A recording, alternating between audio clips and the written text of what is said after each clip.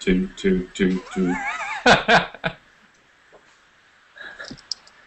Hi, welcome to the Advanced Apes Pop Videocast. I'm here today with Adam Benton, a opinionated Brit, and Drew Hewitt, our formerly mysterious audio guy.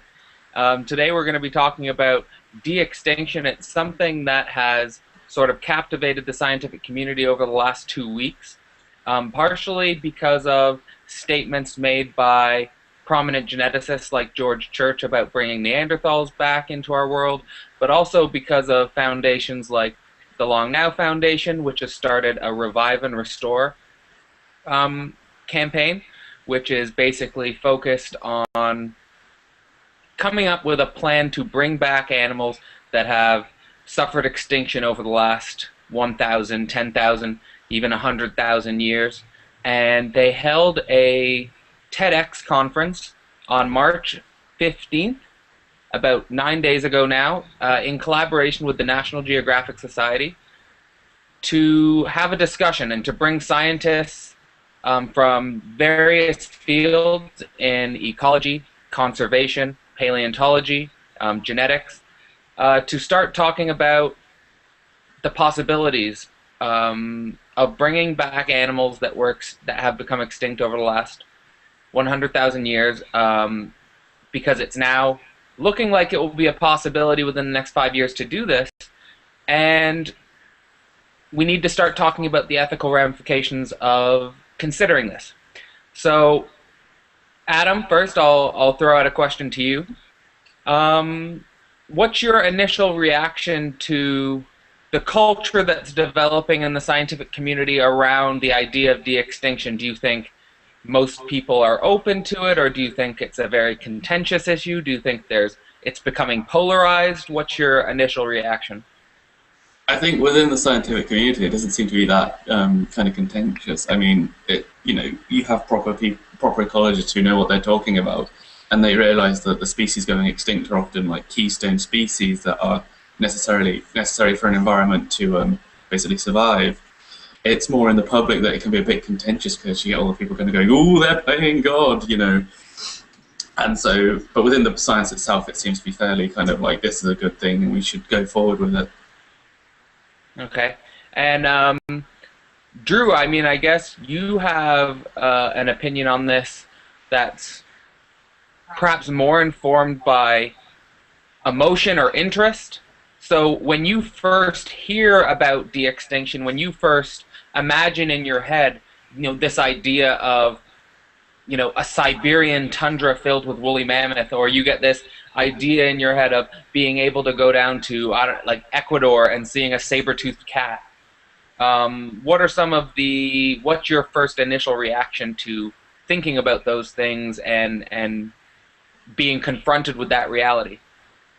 Yeah, the more I've read about it, the more I realize that this is actually possible, and I just don't think we have the area to sustain such large animals, and specifically carnivorous monstrosities like saber-toothed cats.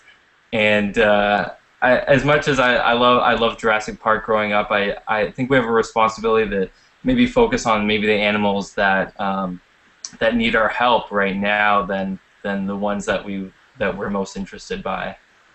Well, I think saber-toothed cats, I know they're extinct, but I think they would be extremely disappointed to hear you call them monstrosities. That's not very nice to saber-toothed cat. It's not the PT thing. But you bring up an interesting point. Let me just point out the elephant in the room. We have a new guest. Hisham has joined us. He has graced us, and he's got a nice background. I mean, he's in the bathroom. He's ready to go. He's got the towel going. He's got the glasses on. A man should always know where his towel is. Hisham, just get your name up, and we'll bring you into the conversation here. But Drew just brought up a point about responsibility, and that's really the first major topic I wanted to talk about, which is, Drew said we have a responsibility to protect the animals, right, Drew? You say we have a responsibility to protect the animals that are almost going extinct now, and conservation efforts are struggling. But first I want to bring up this idea that's probably, to me, one of the most convincing line of reasoning for starting to de-extinct animals, if I can use that term, and that's that we have a responsibility to undo the damage we've done over the last 100,000 years. So, Carl Zimmer made, pretty much said a statement that all the animals we're bringing back, for the most part, are extinct because of us. That they are a product of extinction because when we emerged, we significantly altered ecosystems. We significantly, we unsustainably hunted animals to extinction. And so for that reason, we've left a hole in nature that it's our duty to repair. Adam, I just want to get your thoughts on that quickly. Yeah, I think it's always a bit iffy when you're going back that far. I mean, obviously with recent ones, like say the passenger pigeon, or if gorillas go extinct tomorrow because we've killed them a lot, with those it's easy to say that humans are responsible and we should deal with it. But when you're going back 100,000 years, there's a lot of climate change and stuff that's going on as well. So it's difficult to say that humans were definitely the cause. So I think we should be a bit more wary when talking about mammoths and saber-toothed tigers. But if you want to bring back a passenger pigeon or a Tasmanian tiger, go for it. Well, let me just jump in there for a second, because last year, actually, I mean, this has been an ongoing debate for decades about the quaternary mass extinction, which is basically in between 80,000 years ago and 20,000 years ago, while we were emerging from Africa and we were traveling into Eurasia and Australia and the Americas. Massive extinction events are really well correlated with our arrival. But our arrival, in turn, is correlated with environmental change because the environment improved and changed, so we were able to move in there. So it's like those two things happen really close together in time, and so it's really hard to unpick them. Okay, I think we could do an entire video cast on the quaternary mass extinction, so I don't want to get too far into that. But so your opinion, Adam, basically on that idea of we left a hole in nature and we have to, it's our responsibility to fill it, is that we can say that for animals that were recently caused, recently a product of extinction, maybe from the colonial era, but we shouldn't go any further back than that. Yes, I'm very pro more dodos. Okay. All right, so Hisham, welcome to the conversation. You're repping Canada. You got the glasses on. So basically, my question to you is similar to the one that I asked Adam. Do we have a responsibility to fill the hole we've left in ecosystems through animals that we have caused extinction to? Do we have a responsibility to bring them back? Yes. I will go as far as to say that I agree with Adam. I think any animals within the last, I guess, I'll say 1,000 years that due to humanity's rise to the top of the food chain, we've kind of destroyed the dodo. What's the like the perfect example? The dolphins in I think it's the Yangtze River, that pollution effectively just destroyed. That was our fault.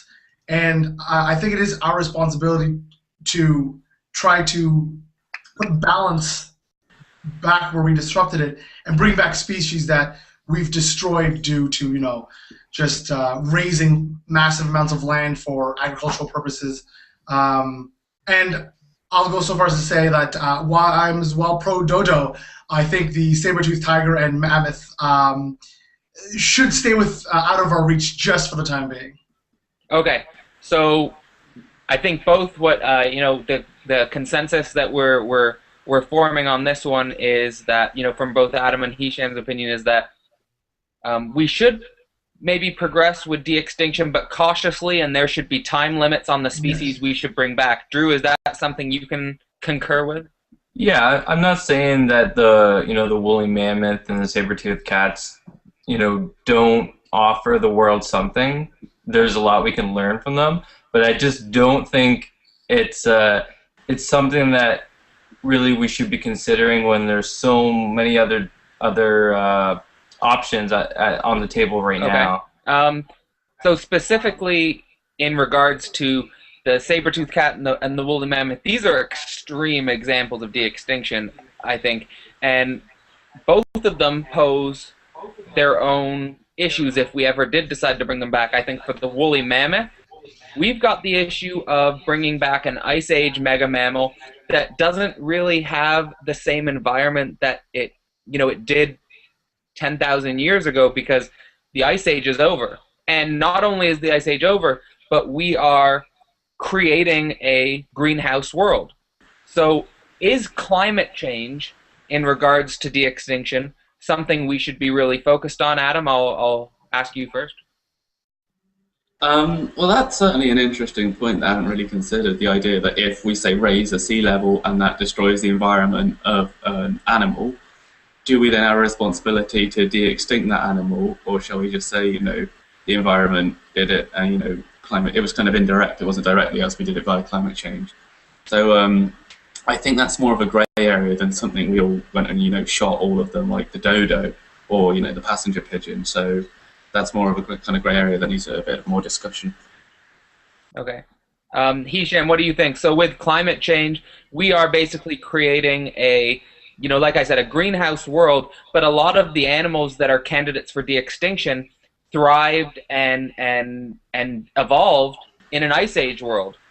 So there's a massive mismatch there, and do you think that ecologically we should be focused on either recreating the environments that these animals existed in, or should we just leave them because we risk bringing them back only to see them go extinct again just because the ecosystems that they need aren't here? What do you think on that? This kind of goes with what I had said earlier about there's some animals that are just at the time being or just should be out of our reach. I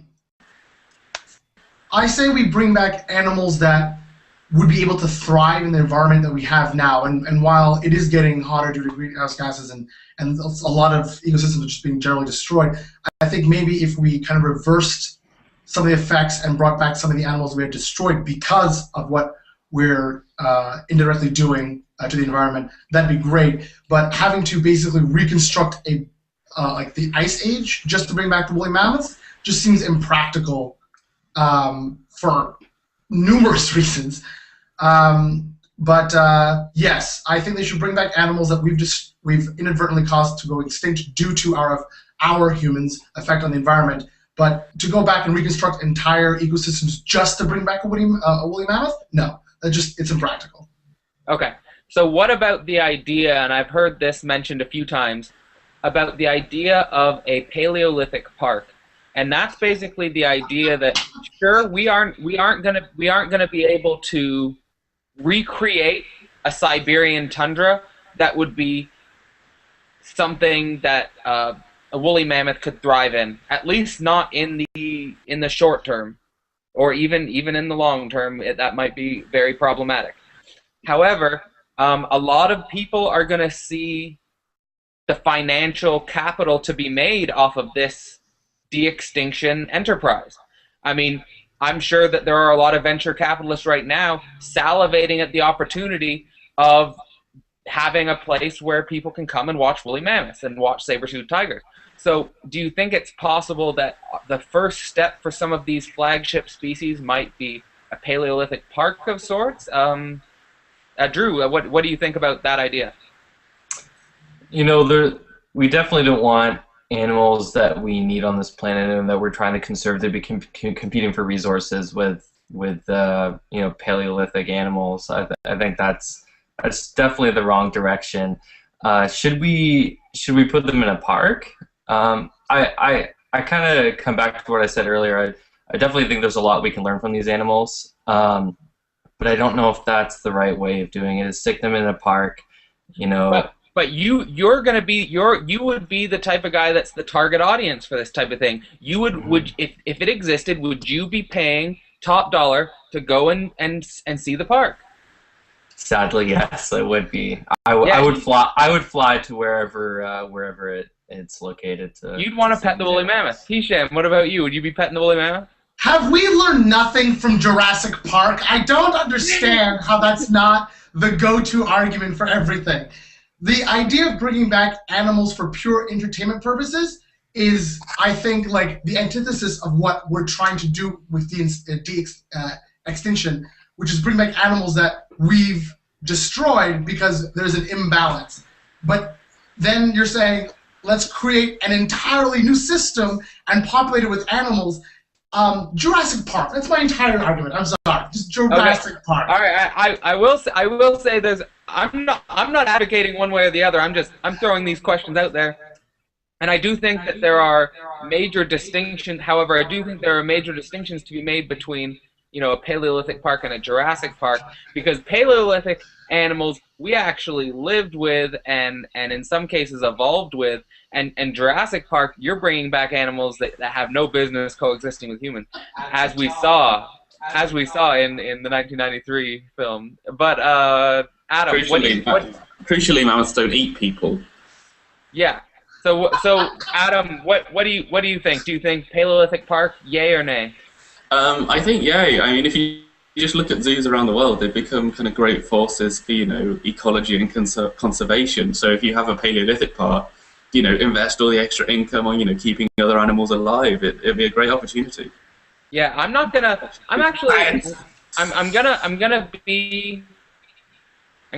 be on the fence on this one. I'm not gonna form an opinion yet, but I will say that I don't think you're gonna stop the economic drive for this happening. I think we'll see it, is what I'm saying. Whether it's ethical or not, I'm not gonna say, but I think we'll see it just because there's gonna be enormous financial incentive to make this park. People will go. I think we'd all go.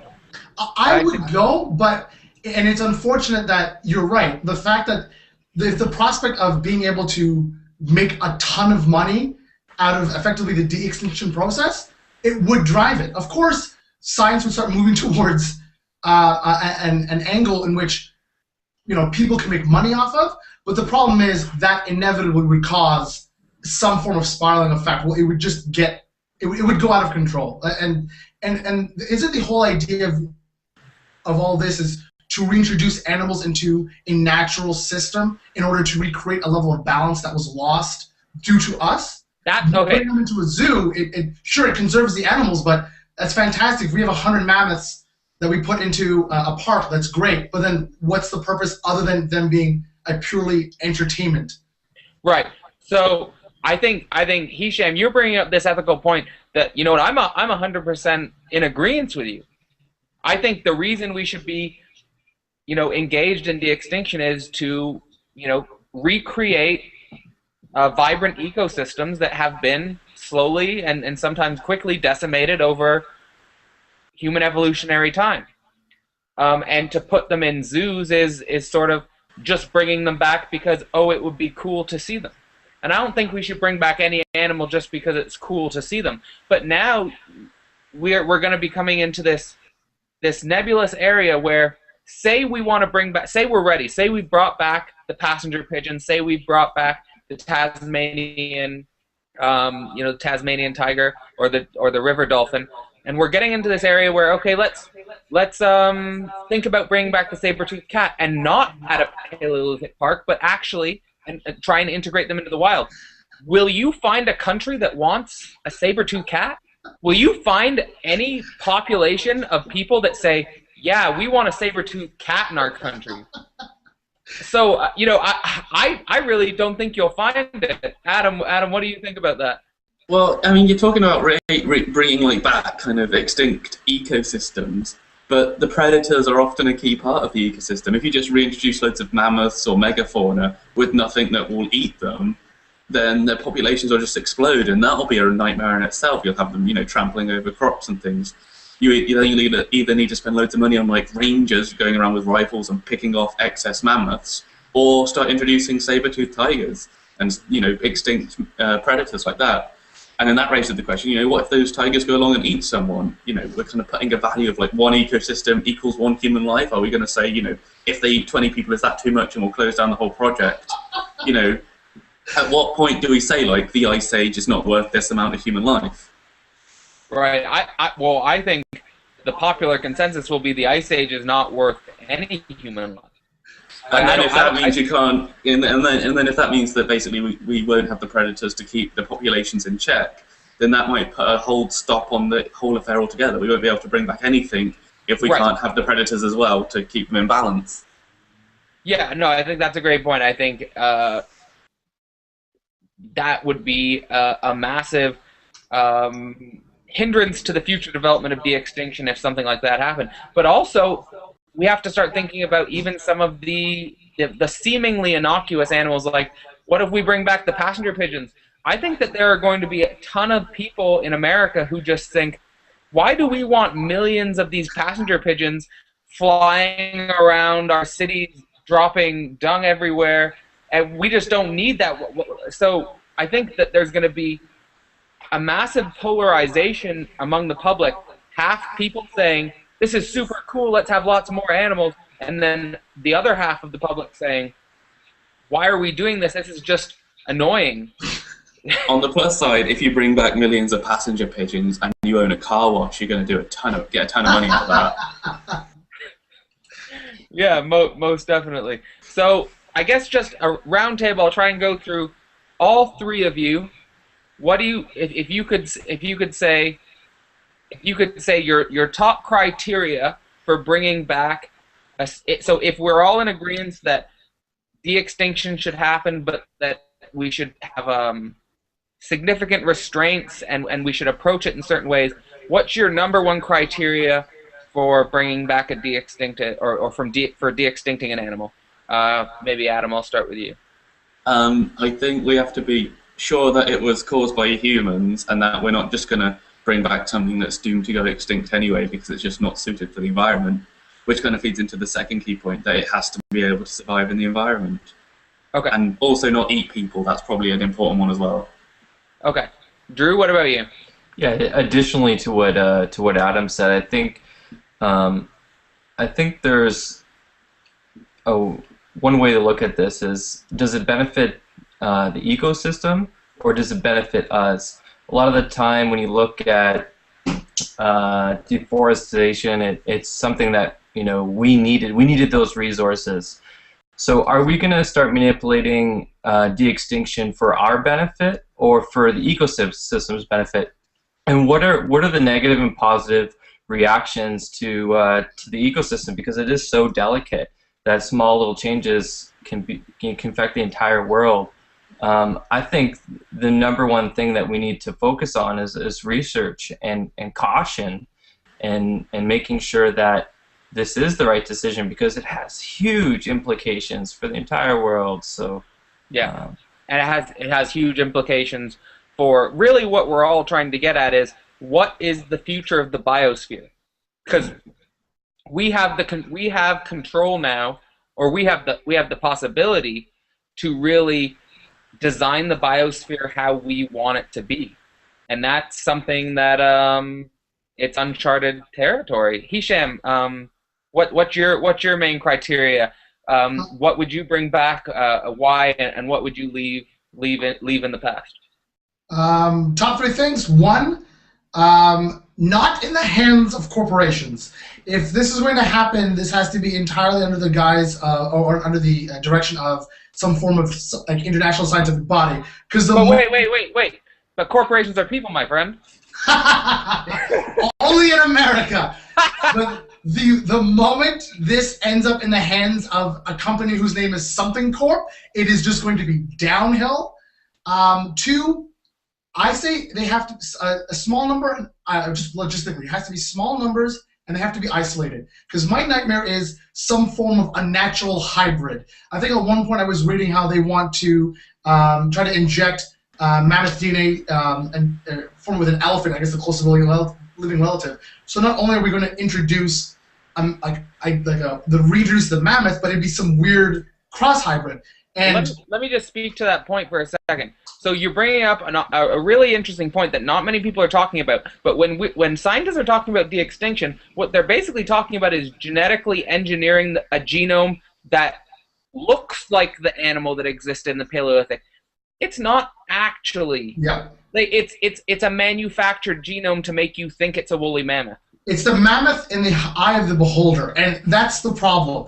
If we go too far back, we're not bringing back pure breeds. We're bringing back some weird hybrid that we've created, and so that's another thing. So we have to. They may not. If you get an elephant mammoth hybrid, it may not want to live in, or may not be able to survive in an ice age environment. In which case, are we going to dump them into the African savannah? That's a bit of a nightmare. And just to speak back to a point and how we were saying about how, like, if we introduce passenger pigeons and there are just too many of them and it becomes an inconvenience for half the population, effectively that they're doing, the passenger pigeons, what we did, which was, disrupting the natural ecosystem. And we're complaining that it's an issue, but didn't we do the same to them? Yeah, well, I think humans are gonna be thinking about their own priorities, not the passenger pigeons' priorities. But that's a fine point. Just quickly, I think you all made really interesting points.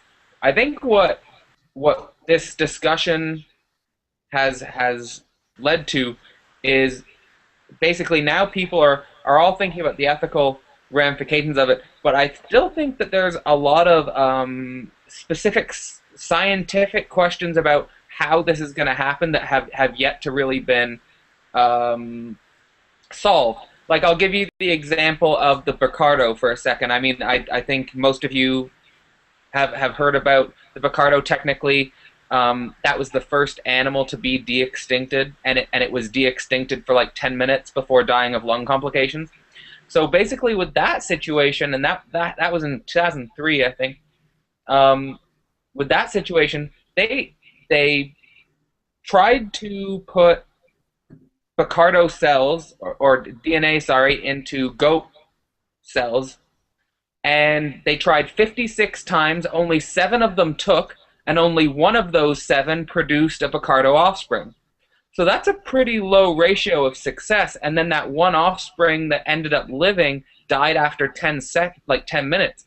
So I still think there's a lot of complications with actually bringing back de-extincted animals that haven't really been fully fleshed out yet. And so I still think we might be 5 or 10 years away from actually seeing a de-extincted animal. So that's something to keep in mind. I guess the one final thing I wanna say is, would everyone be in complete agreement that regardless of how far de-extinction goes, we should not bring back hominids? Adam, I'll ask the hominid guy. I don't know. There's always kind of, you'd learn so much from doing that there's always kind of that dilemma. Is that huge quantity of knowledge worth, all the ethical ramifications of basically having another species of human on the planet?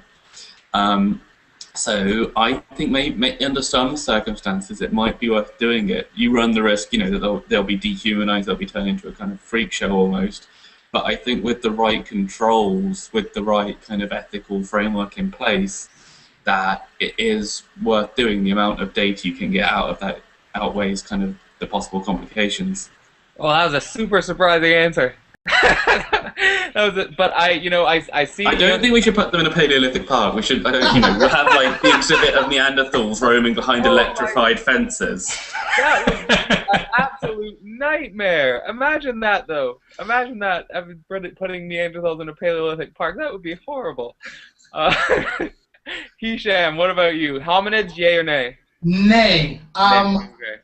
Just based on like the social impacts of bringing back a non-human human, we barely like ourselves.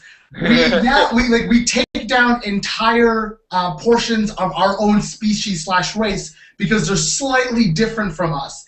Now imagine reintroducing a creature that is a genetic offshoot of us, but isn't us.